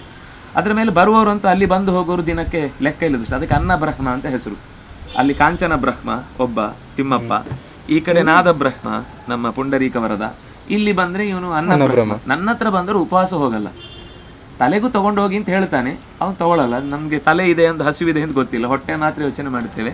ಆದರೆ ಅಲ್ಲಿ ನಿಜವಾಗಿ ಸಿಗುವುದು ಬರೀ ಹೊಟ್ಟೆಗಲ್ಲ, ಆಚಾರ್ಯರು ಕೊಟ್ಟದ್ದು ದೊಡ್ಡದಾದ ಸರ್ವಮೂಲ ಗ್ರಂಥಗಳ ಮೂಲಕ ಕೊಟ್ಟದ್ದು ಜ್ಞಾನದ ಸಂಪತ್ತು ಅನ್ನೋದು ತಲೆಗೂ ಕೂಡ. ಎರಡೂ ಸೇರಿ ಸಿಕ್ಕಿದ್ರೆ ನಿಜವಾದ ದರ್ಶನ ಆಗತ್ತೆ. ಆ ದೃಷ್ಟಿಯಲ್ಲಿ ಅಲ್ಲಿಂದ ಹೊರಕ್ಕೆ ಬಂದರೆ ಕೃಷ್ಣನನ್ನು ಪ್ರತಿಷ್ಠೆ ಮಾಡಲಿಕ್ಕೆ ಜಾಗ ಕೊಟ್ಟ ಒಬ್ಬ ಇದ್ದಾನೆ, ಅನಂತಾಸನ, ಅನಂತೇಶ್ವರ ಅಂತ ನಾವು ಕರಿತೇವೆ. ಅನಂತನನ್ನೇ ಆಸನನ್ನಾಗಿ ಹೊಂದಿದವ. ಅನಂತ ಅಂದರೆ ಶೇಷ. ಇವತ್ತಿಗೂ ಅಲ್ಲಿ ಪೊದುವಾಳರು ಪ್ರಶ್ನೆ ಹಾಕಿದಾಗ ಅವರು ಬಂದದ್ದು, ಇಲ್ಲಿ ಶೇಷನ ದೊಡ್ಡ ಸನ್ನಿಧಾನ ಇದೆ, ಇದರ ಮೇಲೆ ಪರಶುರಾಮ ಕೂತಿದ್ದಾನೆ, ನಾರಾಯಣನ ಸನ್ನಿಧಾನ ಇಲ್ಲಿ ಇದೆ ಅಂತಲೇ ಅವರು ಹೇಳಿದ್ದು. ಹಾಗಾಗಿ ಅದು ಯಾರು ಅವರಿಗೆ ಮಧ್ವಾಚಾರ ಗೊತ್ತಿಲ್ಲ, ಇಲ್ಲಿಯ ಇತಿಹಾಸ ಗೊತ್ತಿಲ್ಲ. ಹಾಗೆಯೇ ಕೇರಳದ ಅತ್ಯಂತ ದೊಡ್ಡ ಪ್ರಮಾಣದ ಜ್ಯೋತಿಷದ ಅಧ್ಯಯನದ ಹಿನ್ನೆಲೆ ಇರುವವರು ಬಂದು ಅಲ್ಲಿ ಹಾಕಿದ ಪ್ರಶ್ನೆಯಿಂದ ಬಂದ ಸುದ್ದಿ ಅದು. ಹಾಗಾಗಿ ಇದು ಯಾರೋ ಒಬ್ಬರು ನಂಬಿಕೆಯಿಂದ ಬಂದ ಮಾತಲ್ಲ. ಅನಂತಾಸನ ಅಂತ ಅನ್ನೋದು ಅದು ಕೂಡ ಒಂದು ರೀತಿಯಲ್ಲಿ 7 ಸುತ್ತಿನ ಪೌಳಿಯ ದೇವಸ್ಥಾನ ಆಗಿತ್ತು ಒಂದು ಕಾಲದಲ್ಲಿ. ಇವತ್ತು ನಾವು ಹೊರಭಾಗದಲ್ಲಿ ಏನು ಬಸ್ ಸ್ಟ್ಯಾಂಡ್ ನೋಡ್ತೇವೆ, ಅದರ ಮೊದಲ ದ್ವಾರ ಅದು. ಇವತ್ತು ನಾವು ಶ್ರೀರಂಗದಲ್ಲಿ ಹೇಗೆ ಒಳಗೆ ಬಂದ ಹಾಗೆ ಬೀದಿಗಳನ್ನು ನೋಡ್ತೇವೋ ಅಷ್ಟು ಬೀದಿಗಳಿದ್ದ ಜಾಗ ಅದು. ಅದು ಮತ್ತೆ ಆಮೇಲೆ ಪಾಪ ಜನರಿಗೆ ಇರಲಿಕ್ಕೆ ಅಂತ ಕೊಟ್ಟದ್ದು ಎಲ್ಲವೂ ಹೋಗಿ ಈಗ ಬರೀ ಒಳಗಿನ 4 ಸುತ್ತುಗಳು ಮಾತ್ರ ಉಳಿದಿದೆ. ರಥ ಬೀದಿ, ಅದರ ಒಳಗೊಂದು ಸುತ್ತು, ಅದರ ಒಳಗೆ ಮತ್ತೆ 3-4 ಇದೆ. ಆ ದೇವರ ಒಳಗೆ ಹೋದ್ಮೇಲೆ ನೀವು ನೋಡಿದರೆ ಅದು ಯಾವುದೋ ಒಂದು ಸಿಂಹಾಸನದಲ್ಲಿ ರಾಜ ಕೂತಾಗಿದೆ. ಅದು ಅನಂತಾಸನ ಅಂದರೆ ಮೇಲೆ ಕೂತಿರುತ್ತೆ, ಒಂದು ಮೀಸೆ ಇರುವಂಥ ಅದಕ್ಕೆ ಮುಖ ಇರುತ್ತೆ. ಮೇಲೆ ಕೂತದ್ದು ಅಂದರೆ ರಾಜನೇ ಕೂತ ಹಾಗಿರುತ್ತೆ. ಹಾಗೆ ಕೂತಾಗ ಅದು ಮೆಟ್ಲು ನೋಡ್ತೇವಲ್ಲ, ಅದು ಒಳಗಿದ್ದು ಪೌಳಿಗಳು ಒಳಗೆ, ಮತ್ತೆ ಅದರ ಸುತ್ತ ಚಕ್ರ ಅಂದರೆ ಸುತ್ತು ಬರಲಿಕ್ಕೆ ಬೇಕಾದ ಜಾಗ ಇದೆ.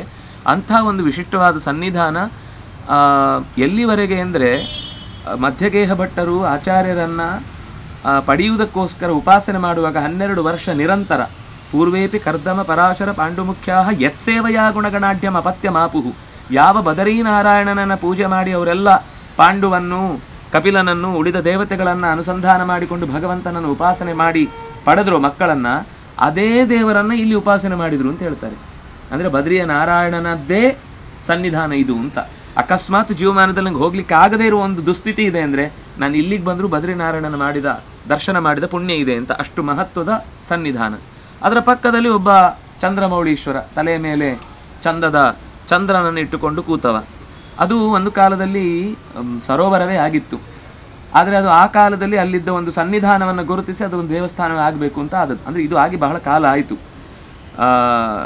ಕೃಷ್ಣನ ಎದುರುಗಡೆ ಇರುವಂಥ ಮಧ್ವ ಸರೋವರ ಎಲ್ಲ ಸೇರಿ ದೊಡ್ಡದಾದ ಸರೋವರ ಅದು, ಅನಂತಾಸನಕ್ಕೆ ಸಂಬಂಧಪಟ್ಟದ್ದು.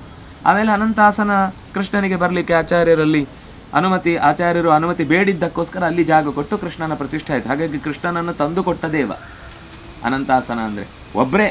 ಆದರೆ ನಮಗೆ ಕಲಿಯುಗಕ್ಕಾಗುವ ಹಾಗೆ ಉಪಾಸ್ಯ ರೂಪವಾಗಿ ಕೊಟ್ಟವನು ಅವನು.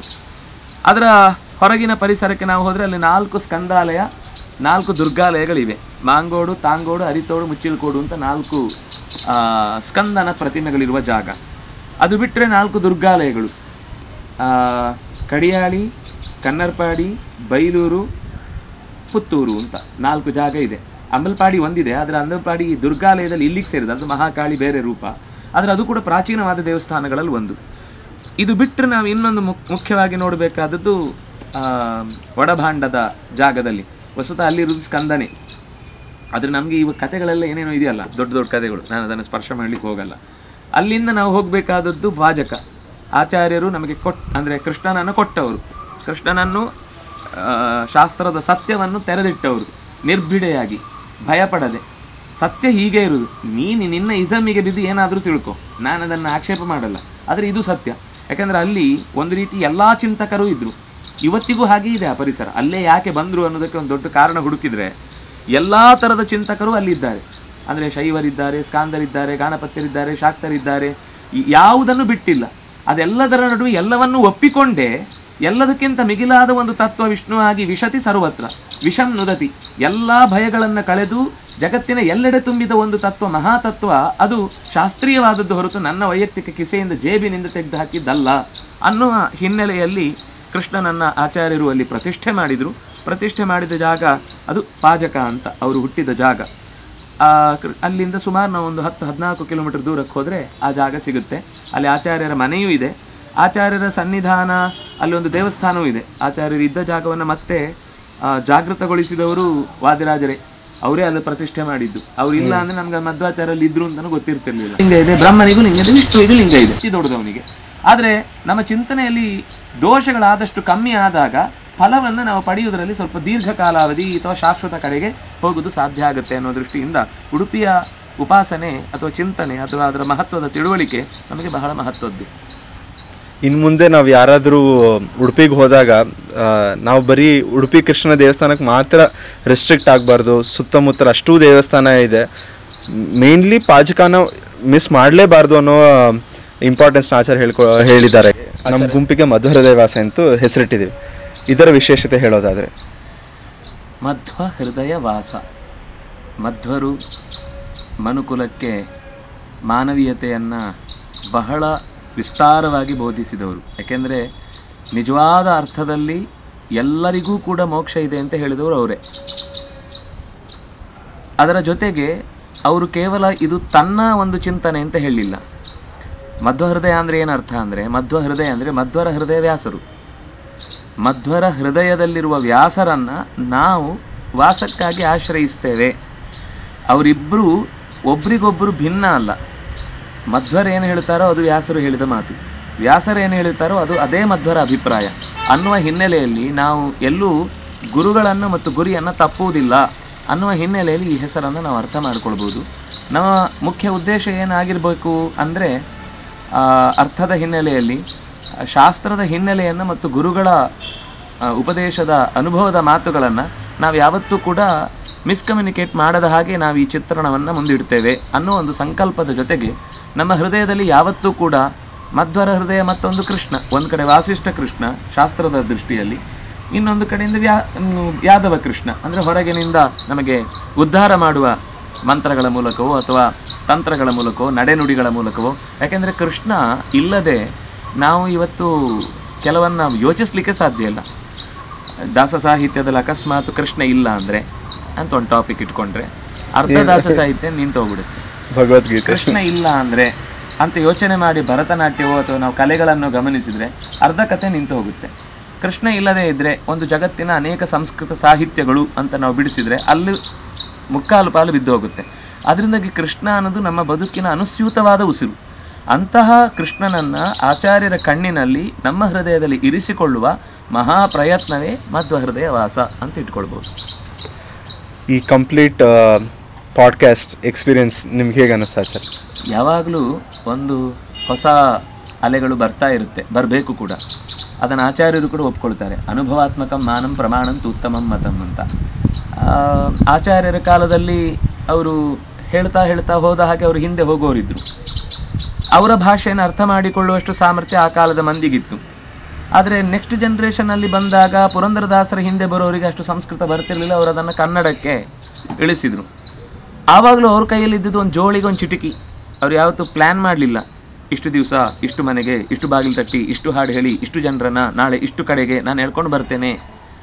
ಹೇಳ್ತಾ ಹೋದರು, ಹಾಡ್ತಾ ಬಂದರು, ಜನ ಎಲ್ಲ ಹಿಂದೆ ಬರ್ಕೊಂಡ್ರು ಅಥವಾ ಅವ್ರ ಜೊತೆಗೆ ಇದ್ದು ಕಲ್ತ್ಕೊಂಡ್ರು. ಅದು ಮುಂದಿನ ಪರಂಪರೆಗೆ ಹಾಗೆ ಮಾತಾಗಿ ಬಂತು. ಇವತ್ತು ನಾವೆಲ್ಲ ಏನು ಸ್ಟ್ರಾಟಜಿ ಏನೇನು ಈ ಪ್ಲ್ಯಾನ್ ಮಾಡಿದರೆ ಎಷ್ಟು ವರ್ಕೌಟ್ ಆಗುತ್ತೆ, ಎಷ್ಟು ಜನಕ್ಕೆ ತಲುಪುತ್ತೆ, ಯಾರ್ಯಾರು ನೋಡ್ತಾರೆ, ಯಾರ್ಯಾರು ಕೇಳ್ತಾರೆ, ಎಷ್ಟು ವ್ಯೂಸ್ ಆದರೆ ಏನು ಉಪಯೋಗ ಆಗುತ್ತೆ, ನಾವು ಇಷ್ಟೆಲ್ಲ ಯೋಚನೆ ಮಾಡಬೇಕು ಇವತ್ತು. ಆದರೆ ಆ ಯೋಚನೆ ಮಾಡುವ ದಾರಿಯಲ್ಲಿ ಮುಟ್ಟಿಸಬೇಕಾದ ಇವತ್ತಿನ ಅವಶ್ಯಕತೆ ನಾವು ಮುಟ್ಟಲೇಬೇಕು ಇವತ್ತು. ಆ ದೃಷ್ಟಿಯಿಂದ ಈ ಪಾಡ್ಕ್ಯಾಸ್ಟ್ ಅನ್ನುವಂತಹ ಒಂದು ಈ ಕಾಲದ ಮಾಧ್ಯಮವನ್ನು ಆ ಕಾಲದ ಸತ್ಯವನ್ನು ಹೇಳಲಿಕ್ಕಾಗಿ ನಾವು ಬಳಸಿಕೊಳ್ಳುತ್ತೇವೆ ಅನ್ನೋದು ಯಾವತ್ತೂ ಸ್ತುತ್ಯವೇ. ಚೂರಿ ಅನ್ನೋದು ಯಾರ ಕೈಯಲ್ಲಿದೆ ಅನ್ನೋದ್ರ ಮೇಲೆ ಡಿಪೆಂಡು. ಕಳ್ಳನ ಕೈಯಲ್ಲಿದ್ದರೆ ಅದು ಜೀವ ತೆಗೆಯುತ್ತೆ, ವೈದ್ಯನ ಕೈಯಲ್ಲಿದ್ದರೆ ಜೀವ ಉಳಿಸುತ್ತೆ. ಇದೇ ಥರ ಪಾಡ್ಕ್ಯಾಸ್ಟ್ ಮಾಡಿ ತಲೆಕೆಡಿಸೋರು ಇದ್ದಾರೆ. ಆದರೆ ಅವರಿಗೆ ಸರಿಸಮಾನವಾಗಿ ನಾವು ನಿಂತು ಒಳ್ಳೆಯದನ್ನು ಹೇಳಲಿಕ್ಕೂ ಇದೇ ಇನ್ಸ್ಟ್ರೂಮೆಂಟನ್ನು ಬಳಸ್ತೇವೆ ಅಂತ ತೋರಿಸಿಕೊಡುವ ಒಂದು ಮಹಾಪ್ರಯತ್ನ ಅಂತ ಅನ್ನುವ ದೃಷ್ಟಿಯಿಂದ ಶ್ಲಾಘ್ಯ. ಅದು ಮಧ್ವರ ಹೃದಯದಲ್ಲಿ ಉಡುಪಿಯಲ್ಲಿ ಸಿಗುತ್ತೆ ಎನ್ನುವ ಏಕೈಕ ಕಾರಣದಿಂದ ಕೃಷ್ಣ ದ್ವಾರಕೆಯನ್ನು ಬಿಟ್ಟು ಉಡುಪಿಗೆ ಬಂದಿದ್ದಾನೆ. ಇದು ನಮ್ಮ ಆಚಾರ್ಯರ ಮಹಿಮೆ.